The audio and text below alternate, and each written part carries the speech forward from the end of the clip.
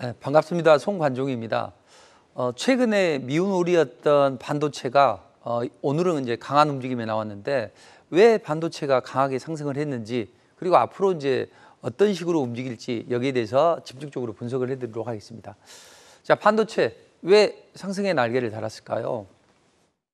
바로 G7 정상회담과 더불어서 미국이 이제 반도체 관련주들이 잘 올라왔기 때문인데 제가 작년부터 시작을 해서 올해 주도주는 뭐냐 딱 세 마디로 표현을 했습니다. 반바지. 자, 얼마 전까지만 해도 바지를 사라. 그렇지만 최근에는 여름이 다가오지 않냐. 이제는 반바지를 사야 될 때입니다. 이렇게 말씀을 드리면서 반도체 바이오 2차 전지 여기를 말씀드렸단 말이죠. 자, 2차 전지는 한번 상승이 나왔어요. 그리고 이제부터는 반도체 그리고 바이오로 시장의 매기가 쏠린다는 이야기죠. 자, 이렇게 아름다운 그리고 큐빅이 달린 예쁜 반바지를 올해는 꼭 사셔야 합니다. 자, 다만 종목이 모두가 올라가진 않아요. 일부 특정한 종목만 올라가는 이제 부익부 빈익빈 장세가 될 수 있는데 그래서 종목 선정이 무엇보다도 중요합니다. 자, 종목을 잘 선정을 못하게 되면 낭패를 볼 수가 있다고요. 그러니까 반드시 좋은 종목을 잘 선정을 해야 되는데 자, 최근에 외국인들이 한 달 동안 반도체를 싹쓸이했습니다. 거의 모든 매수 물량의 95%를 반도체로 일관했는데 자, 반도체를 이렇게 외국인들이 집중적으로 매수한 이유는 뭘까요? 아마 일단 앞으로 하반기 때는 업황이 회복이 될 것이다. 그런 기대감이 이제 사지기를 했단 말이에요. 그리고 오늘 이제 강하게 올라갔던 것은 미국의 반도체 기업들이 강한 움직임이 나왔죠. 필라델피아 반도체 지수도 3% 이상 상승을 했습니다. 엔비디아는 새로운 그래픽카드 출시를 했고 마이크론은 일본의 반도체 투자 5조 원 한다. 이렇게 하면서 강한 움직임이 나왔었죠. 자, 그래서 미국의 반도체 장비 협회가 올해 중반부터는 반도체가 움직임이 좋아질 겁니다. 이렇게 이제 말씀을 드리고 이 재고 재정이 마무리가 되면 하반기부터는 수요가 회복이 될 것이다. 이렇게 이제 흐름이 나왔어요. 그래서 전체적으로 반도체에 대한 기대감이 많이 형성이 됐습니다. 근데 보통 시장을 추종하게 되면 모두 반도체가 올라간단 말이죠. 그런데 특정한 반도체 쪽으로 외국인의 매수가 집중이 됐다. 이건 뭐냐면 액티브 펀드가 유입이 된 거 아니냐. 이렇게 우리가 추종을 해볼 수가 있다는 이야기죠. 그래서 앞으로는 매크로 번수는 완화가 됐죠. 앞으로는 이제 개별 종목의 이슈나 실적에 따라서 움직인다.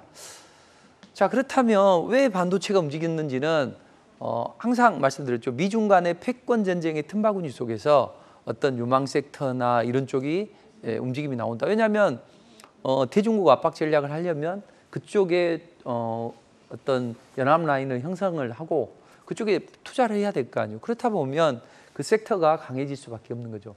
자, 이번에 G7 정상회담에서는 이제 21일 날 공동 성명서가 발표가 되는데 중국에 대한 압박 수위가 상당히 좀 강해질 걸로 보여집니다. 중국을 콕 찍어서 그러지 마, 대만 침공하지 마, 이제 이런 논조로 진행이 되겠죠. 여기에다가 이제 우크라이나나 전쟁에 대한 강력한 언급도 이야기가 될 겁니다. 여기 이제 젤렌스키가 기존에는 화상으로 참석했다가 이제 직접 대면 참석을 하게 됩니다. 그래서 러시아, 중국의 압박 전략이 강해지고 있다. 그렇다면 앞으로는 이제 중국과의 디커플링이 아니라 다만 디리스킹으로 이제 변모를 할 것이다. 자, 그럼 이제 우리가 그 잔치집에는 항상 샴페인을 터뜨리게 되죠. 그럼 G7 정상회담에서 어떤 대중국, 대러시아 압박 전략을 하는데 여기에 샴페인이 빠질 수는 없잖아요. 근데 예전에 보면 일본은 항상 미국이 우호적인 역할을 합니다. 중국이 미국의 채권을 많이 들고 있어. 그런데 혹시 이번에 그 러시아처럼 나중에 이제 대만을 침공했을 때 그 미 국채를 동결해 버릴 수도 있죠.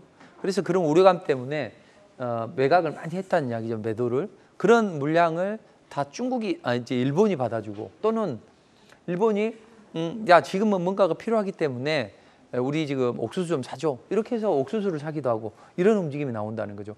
그럼 이제 미국은 G7 정상회담이 일본의 히로시마에서 열리니 그러면 우리도 뭔가 일본에게 뭐 좋은 선물이었겠냐.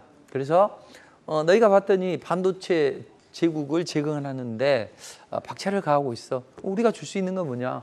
우리가 투자할게. 그래서 마이크론이 한 5조 원 정도 투자하면 되겠지.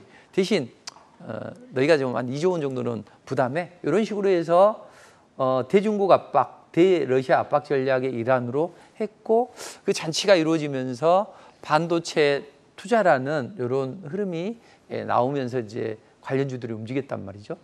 자, 그래서 마이크론이 하는 것은, 야, 그러면 우리가 한 5조 원 정도를 들여서 너희 일본에 좀 투자를 할게. 대신 네덜란드의 ASML의 EUV 노광 장비로 디램을 생산해 볼게. 이런 이야기를 했단 말이죠.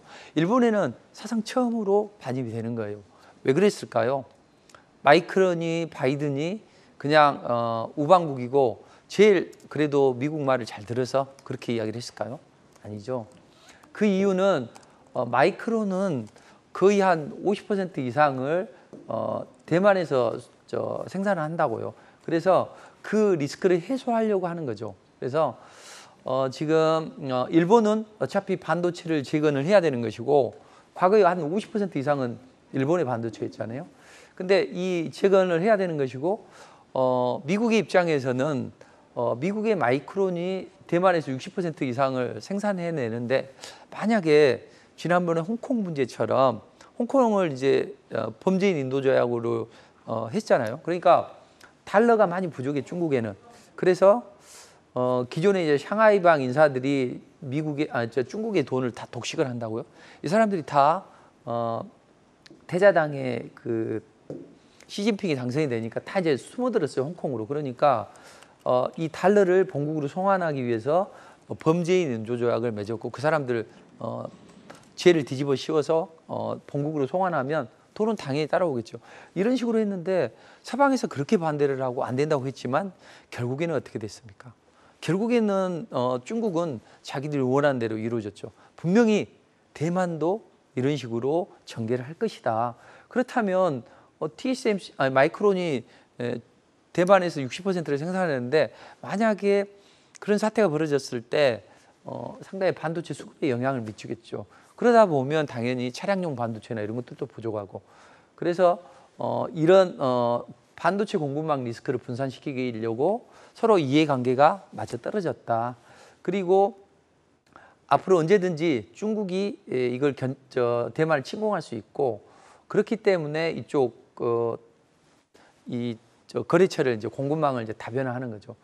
자, 그렇다면 반도체 관련주들이 삼성이 올라가서 환호를 했어요. 계속 올라갈까요?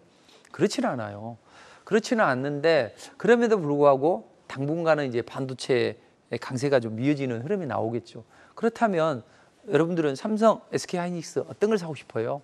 저는 두 가지로 말씀드렸습니다, 지금껏. 반도체를 사려면 삼성이나 SK하이닉스를 사든가, 아니면 반도체 소부장은 별 재미가 없다.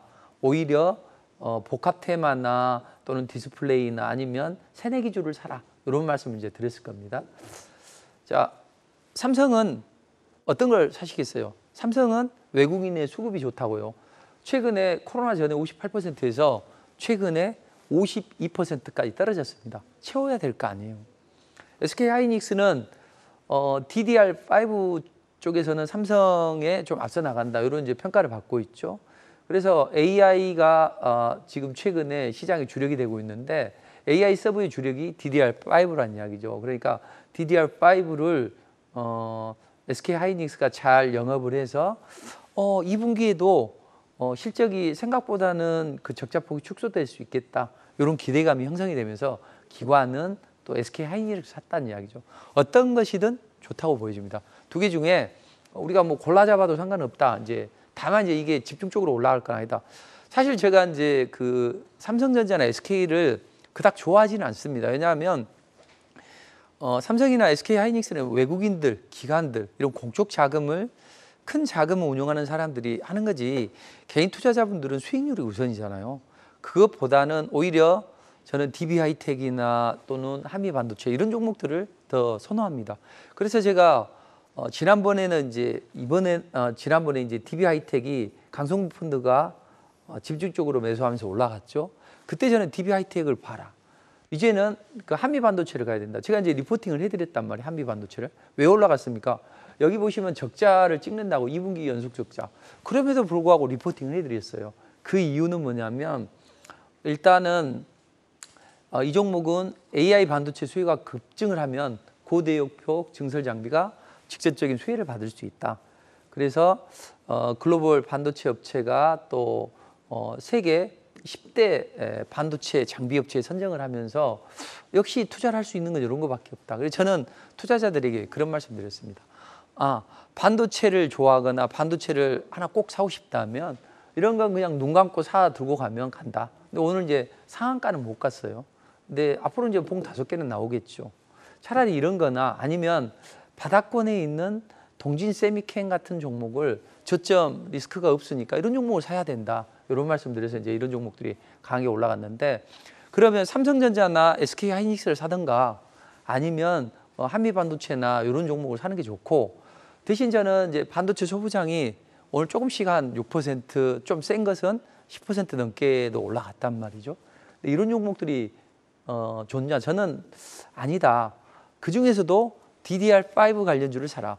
제가 예전에 다른 것은 이제 PCB 업체들을 사라고 예전에 말씀드렸고 최근에는 또 이제 방송에서 할 때는 반도체를 하려면 DDR5 관련주가 좋다. 이런 말씀드렸죠. 그렇다면 DDR5 관련주들의 움직임이 좋아진다. 이렇게 보시면 돼요. 그래서 왜 DDR5 관련주들이 움직일 수밖에 없냐? 지금 D램 재고를 보면요. DDR5 비중이 한 10%밖에 안 돼요. 매우 제한적인 재고 움직임이라고요. 근데 요즘에 이제 재고가 부족하다 보니 AI 서버 이쪽은 고용량 뭐 이런 것들이 필요하죠. 저전력. 그런데 여기에 딱 맞는 게 이거란 말이죠. 그래서 10배가 더 비싸요. 그럼에도 불구하고 이걸 사는 수요가 많이 늘어나고 있단 말이죠. 자, 그렇다면 이제 DDR5 재고가 많이 없고 또 수요는 많다면 당연히 가격이 올라가고 판매량이 증가하면서 후공정 업체들의 어떤 수혜를 입을 수 있어요. 근데 전공정보다는 후공정이 낫고 또 후공정 중에서도 이런 관련주들이 낫다고 DDR5 관련주들이 낫단 말이죠. 그래서 저는 이제 DDR5 관련주를 지난번에 한번 소개시켜 드렸고 국고처에서 최근에 이제 무료 공개 방송에서 저는 이제 하나를 잘 찍어 드립니다. 하나를 잘 찍어 드리는데 ISC를 봐라. 심택은 좋긴 하지만 별로다. 또 최근에 이제 다 움직였는데 ISC가 가장 좋다고 말씀드렸는데 그게 가장 세게 올라갔어요. 그리고 이제 지금 본다면 DI나 아비코존자 이 정도는 지금 매수해 볼 수 있는 그런 자리에 있습니다. 근데 제가 ISC를 왜 콕 찍어 드렸냐? 그 이유는 뭐냐면 그 SKC가 이 테스트 업체 데 소켓을 생산하는 이 ISC 인수를 추진한다. 그런 기대감 때문에 움직였다. 그래서 이제 그게 지금 본격화되고 현실이 되는 거죠. 그러니까 항상 뭐가 좋다고 반도체 올라간다고 쫓아가면 다 물리는 거예요.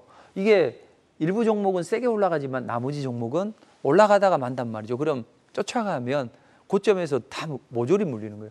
그래서 비자발적인 중기 투자가 되고 그러다가 시장 폭락이 나오면 그때부터는 홀딩을 하다가 이제 계좌가 쪼그라들고 그렇게 되는 거죠. 그러니까 항상 이런 것들을 하고 이런 것들은 제가 하나씩 찍어서 잘 드려요. 그래서 무료 공개 방송에서 잘 드립니다. 방송이 끝나면 언제든지 제가 한 3시간씩, 4시간씩 이렇게 방송을 하니까 꼭 참석하셔서 좋은 전략을 얻어가시기 바랍니다. 근데 저는 사실은 이제 이것은 무료 공개 방송에서 말씀드렸으니까 저는 다른 걸 공략해야 될 거 아니에요. 그래서 지난번에 이제 한번 리포팅을 해드렸고 이번에는 리포팅을 해드렸는데 보니까 반도체가 움직일 것 같아요. 그래서 이번 주 화요일 날 16일 날 아침에 보내드렸죠. 오늘 리포트 종목은 KB 오토시스인데 하지 마세요. 이거 하지 말고 미래 반도체로 종목을 교체해서 매매를 합니다. 이렇게 했는데 당일날 한 몇 % 올라갔다가 이제 밀렸어요. 그리고 나서 상한가를 기록했죠. 그러니까 반도체는요, 새내기주가 좋아요. 항상 새내기주로 공략하고 바닥권에 있는 걸 공략하고 얘는 세계 유일의 메모리 AS 센터를 운영하기 때문에 또 시스템 반도체 업체이기 때문에 이렇게 강력한 상승이 나오죠. 다음 주 월요일 날은 또 때려줘야죠. 한 아침에 15분에서 30분 정도 지나면.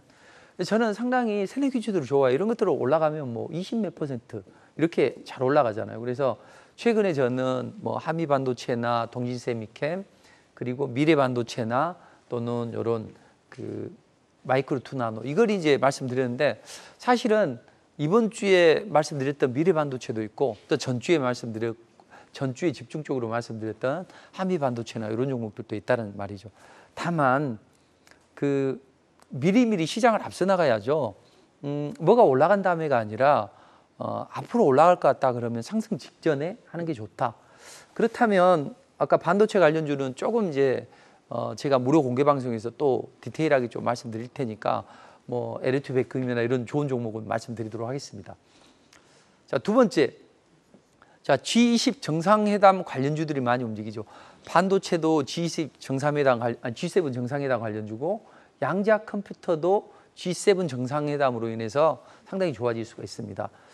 양자 컴퓨터를 공동 개발하는 서명식을 G7 정상회담에서 가질 예정입니다. 자, 그렇다면 이 양자 컴퓨터와 관련해서 이제 분석을 좀 해드리면 왜 중국을 보란 듯이 가시다나 바이든이 첨단 기술 동맹을 맺었을까요? 그 이유는 이것 때문에 그래요. 얘가 음속 마하 5 이상의 극초음속 미사일이란 말이죠. 근데 사실 이건 요격이 불가능하다고요. 자, 이런 미사일을 요격을 하고 그렇게 하려면 어떻게 해야 되느냐? 역시 우리가 양자 컴퓨터 쪽에 동맹을 맺어서 중국을 저지해야 된다. 중국이 자기들이 이제 그 미국의 반도체 기업보다 뭐 1000배 이상 빠른 그런 양자 컴퓨터를 구현을 하겠다 이런 이야기를 했기 때문에 그래? 그럼 눌러야지 하면서 양자 컴퓨터를 눌렀죠. 제가 예전에 말씀드렸을 거예요. 로봇 AI. 그때 미국의 대중국 압박 전략은 양자 컴퓨터로 간다. 얼마 전에 한번 움직였었고 또 움직인다는 이야기죠. 자, 그렇다면 IBM이나 구글이 일본 여기에 한 2천억 정도를 투자한다. 이렇게 해서 이제 이때 18일에서 21일 날 이제 G7 정상회담 여기 장소에서 이제 서명식을 할 걸로 보여집니다. 자, 그렇다면 양자 컴퓨터는 뭐냐? 그 양자 컴퓨터는 데이터를 동시다발적으로 처리할 수 있는 그런 컴퓨터라고 보시면 돼요. 그러니까 전통적인 컴퓨터로 해결이 안 되는 복잡한 것을 한 방에 해결하는 정말로 슈퍼컴퓨터보다도 어마어마한 컴퓨터가 바로 양자 컴퓨터다. 이렇게 보시면 됩니다. 그래서 뭐 인체 단백질이나 전기차 배터리 뭐 이런 시뮬레이션을 할 때 실험실에서 하면 막 해가지고 6개월 할 일을 이것은 단 하룻밤 만에 해결할 수 있는 그런 거다. 생기는 건 이제 이렇게 생겼어요. 엄청난 많은 복잡한 구조를 가지고 있죠. 이게 바로 이제 양자 컴퓨터라는 이야기죠. 그럼 양자 좀 헷갈리죠. 사실은 그래서 그 나이 많은 이제 어르신도 많단 말이에요. 그래서 조금 더 이제 디테일하게 말씀드리면 양자란 뭐냐? 에너지 덩어리란 이야기죠. 우리가 양자가 뭐예요? 헤아릴 양, 아들 자자 이렇잖아요. 그러니까 에너지의 덩어리란 뜻이고 이걸 영어로는 이제 퀀텀이라고 이야기를 하죠. 그래서 일반적으로 이제 우리가 자연 현상을 보면 이렇게 많이 변하는 것처럼 보이는데 어떤 물질을 구성하는 그런 소립적 차원에서 보면 어떤 연속적으로 뭐가 움직이는 게 아니라 멈춰 있다는 뜻이죠. 그런 움직임이 나온다는 거죠. 그래서 어떤 우리가 물결이 있잖아요. 물결 보면 물은 가만히 잔잔히 있어요. 근데 가만히 있으면서 또 여기에 바람이 살랑 불면 또 어떻게 됩니까? 물결이 인다는 이야기죠. 이러니까 미립 세계 입장에서 보면 움직이는 것처럼 보이고 또 움직이지 않는 것처럼 보이죠. 이게 이제 양자 컴퓨터와 관련이 있다 이렇게 보시면 돼요. 이게 무슨 소리냐 이제 이렇게 생각을 할 텐데 그건 잠시 후에 날 겁니다. 그래서 쉽게 말해서 이런 거죠. 우리가 이제 그 머리를 빗거나 차 문을 잡거나 합성 소음으로 입었던 옷을 딱 입었을 때 막 정전기가 막 나타나죠. 이게 바로 이제 방금 말씀드렸던 그런 전자들이 이동을 하면서 만들어내는 현상이다 이렇게 보시면 됩니다. 정전기는 뭐예요? 말 그대로 전기가 정지해 있는 것을 정전기라고 하는 거예요. 정전기가 어떻게 발생하냐면 우리가 문고리를 잡거나 머리로 빗을 빗거나 아니면 옷을 입거나 이렇게 뭔가 두 물체가 마찰이 있잖아요. 그러면 이 마찰이 발생하면서 전기는 사라지지 않고 물체에 쌓여 있단 말이에요. 근데 쌓여 있는 전기가 어떤 도체에 닿으면 급격하게 흐르거나 이런 현상이 발생하면서 정전기가 발생하는 거거든요. 그러니까 그때 우리가 느끼는 걸 이제 정전기라고 해요. 그래서 양자 컴퓨터하고 이 정전기하고 무슨 관련이 있냐? 이것은 아까 말씀드렸던 가만히 보면 물이에요. 가만히 보면 물인데 정지해 있죠. 그런데 여기에 바람이 살랑 불어요. 그러면 또는 아니면 나뭇잎이 하나 떨어지면 물결이 일죠. 이것처럼 정지해 있거나 정지해 있지 않는 상태, 이런 것들이 바로 양자 컴퓨터의 원리라는 거죠. 자, 그렇다면 양자 컴퓨터의 기본 단위는 뭐냐면 이제 막 산 큐비트 이렇게 이야기도 하는데 433 큐비트라는 것은 뭐냐면 양자 그 컴퓨터 단위가 이 숫자가 높을수록 좋다는 이야기죠. 그래서 방금 이제 그 제가 말씀드렸죠. 양자 컴퓨터가 생각해 보면 약간 좀 어려울 수 있는데 이것을 좀 쉽게 이제 제가 설명을 드리도록 할게요. 어쨌든 기존의 컴퓨터나 슈퍼컴퓨터를 능가하는 어마어마한 것이다. 이렇게 보시면 돼요. 보통 이제 그 기존의 컴퓨터는 0과 1 이 두 가지 비트만 존재합니다. 그런데 만약에 이제 이 두 가지가 있는데 만약에 일반 컴퓨터는 1초에 뭐 8,500만 회를 계산해야 되는데 슈퍼컴퓨터는 1초에 뭐 1,000조 번을 계산하고 이렇다는 이야기죠. 자, 그런데 이 양자 컴퓨터 같은 경우에는 뭐냐면 보통 얘네들은 0 아니면 1만 생각을 하는데 얘는 0일 수도 있고 아닐 수도 있다는 거죠. 아까 말씀드렸죠.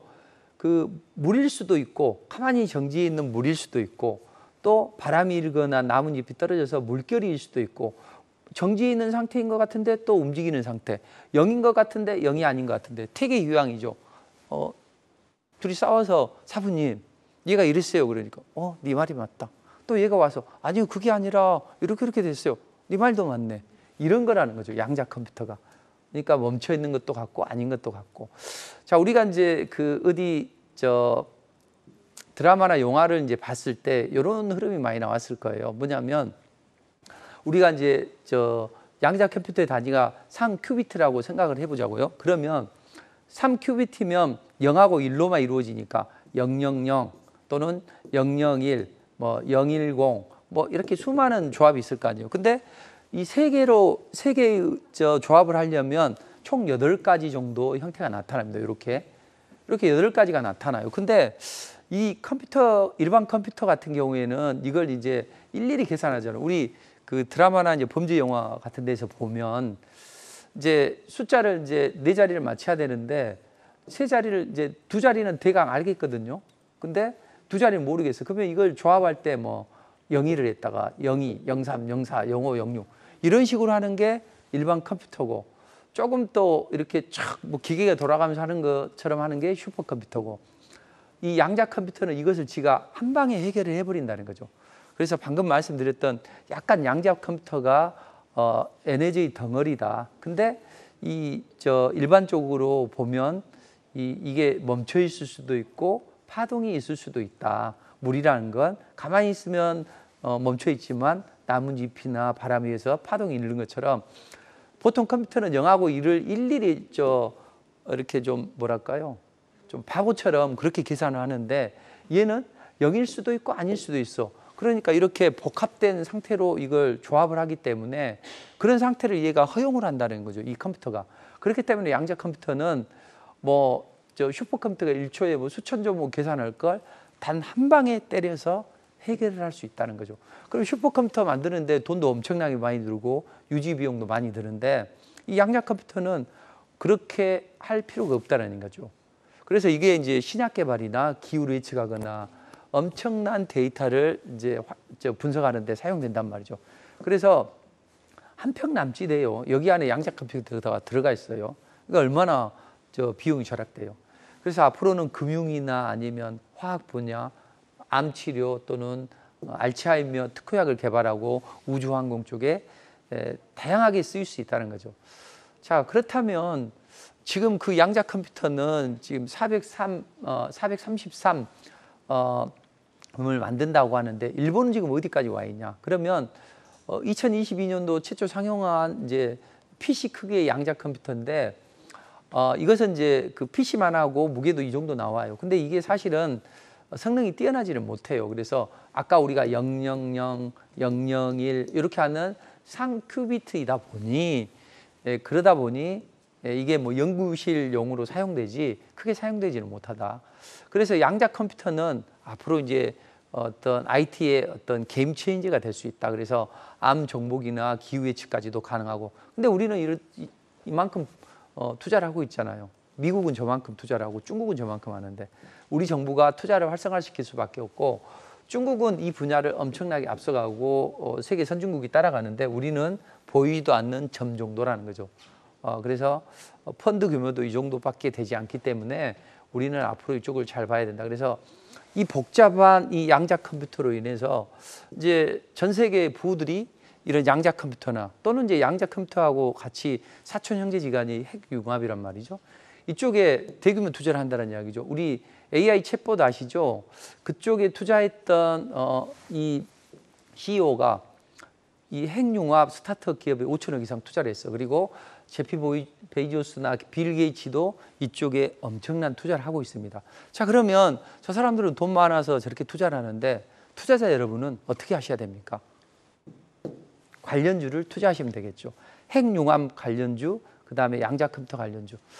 찾으려면 또 어려우니 제가 이제 친절하게 이렇게 이제 양자 컴퓨터 관련주들을 이렇게 말씀드렸고 핵융합 관련주를 말씀을 드렸습니다. 근데 이게 다 올라가냐? 그렇지는 않다는 거죠. 무료 공개 방송에 오시면 제가 자세히 말씀드리겠는데 그래도 최근에 이제 제가 뭐 몇 개씩 찍어드리죠. 유니온 머티리얼이 움직일 것 같아요. 100% 이상 넘게 올라갔죠. 지난주에는 또 이 종목이 올라갈 것 같아요. 근데 또 그 종목이 올라갔다는 이야기죠. 이번에는 모비스나 또는 일진파워, 선암 이런 종목들이 핵융합이나 양자 컴퓨팅 관련주라는 이야기죠. 그러니까 여기서 이제 뭐 미주알 고주알 이야기하기에는 시간이 저에게 3분밖에 남질 않아서 말씀드릴 수는 없고 무료 공개 방송에 참여하시면 안 좋은 종목들 하시면 돼요. 저는 정말로 하늘을 우러러 정말 좋은 종목들을 많이 드렸던 것 같아요. 상승 초기 종목을. 그래서 고민되시는 종목들이 있다면 오시면 좋은 종목만 얻어가시면 됩니다. 시황 전략. 자, 저는 작년에 베스트 파트너를 수상했고 최근에도 뭐 분기 베스트나 3월달, 4월달은 제가 1위를 기록했다는 이야기죠. 대한민국의 메이저리그거든요. 한국경제라고 생각을 합니다. 그중에서 뉴욕 양키스가 어디냐? 바로 저 같은 전략을 드리는 그런 데란 이야기죠. 그래서 뭐 일주 만에 뭐 계좌를 한 17% 물려버리는 건 일도 아니다. 제가 쓰는 리포트입니다. 증권사 리포트처럼 방정한 양식으로 제가 다 이거 고안해서 한 달이 걸려서 이런 뭐 글씨체나 아니면 이런 것들을 다 만들었다는 이야기죠. 그리고 3년을 넘게 이제 매일매일 쓰고 있는데 여러분들이 좋아하시는 한미반도체 이것도 리포트로 나왔다는 이야기죠. 그리고 동진 세미캠도 마찬가지고 이번 주에는 오늘 이제 상한가를 기록했던 금요일 날 미래반도체를 문자로 보내드리면서 공략을 하시라. 그리고 이제 최근에 이런 새내기주들을 말씀드렸는데 이런 종목들 플러스 이번에는 이제 SJM이 움직일 것 같아요. 자동차 부품주 중에서. 그래서 리포팅 해드렸는데 이번 주에 상한가 치고 그 다음날 슈팅이 나와서 오늘은 팔아줘야 됩니다. 팁을 하나 드리자면 상한가 간 종목은요. 그 다음날 무조건 9시 15분이나 30분에 팔아주는 게 답이라는 이야기죠. 그래서 매도를 말씀드렸고 한 단기간에 이렇게 하면 뭐 45%는 기본으로 잘 나온다는 이야기죠. 그래서 최근에 저는 새내기들을 좋아해요. 뭐 이런 소프트테크 이런 게 뭐 한 5, 60%, 그 다음에 유니온 머티리얼 이런 것들은 110% 이런 이제 움직임이 많이 나오고 뭐 바이오가 움직이면 바이오주로 하고 그러다 보면 윤성의 FNC처럼 뭐 300% 심지어는 에코프로처럼 1100% 이상을 해서 한 뭐 5억 투자해서 5천 투자해서 5억을 보신 분도 계시고 또한 2억 5천 투자해가지고 31억까지 보시는 분들도 계시다는 이야기죠. 자, 주식시장은 널려 있습니다. 기회는. 그리고 대한민국 모두가 저는 주식 투자를 해야 된다고 보여집니다. 다만 혼자 잘 못하고 그런 분들은 우리 국고처 방송을 청취를 하신다면 좋은 전략 드리고 있고요. 그리고 무료 공개 방송에 참석하시면 무료입니다. 그래서 교체 매매를 하셔야 되는 종목이나 이런 고민되는 종목이 있다면 용광로를 끌어안고 살지 마시고 무료 공개 방송에 참여하시면 좋은 전략 드리도록 하겠습니다.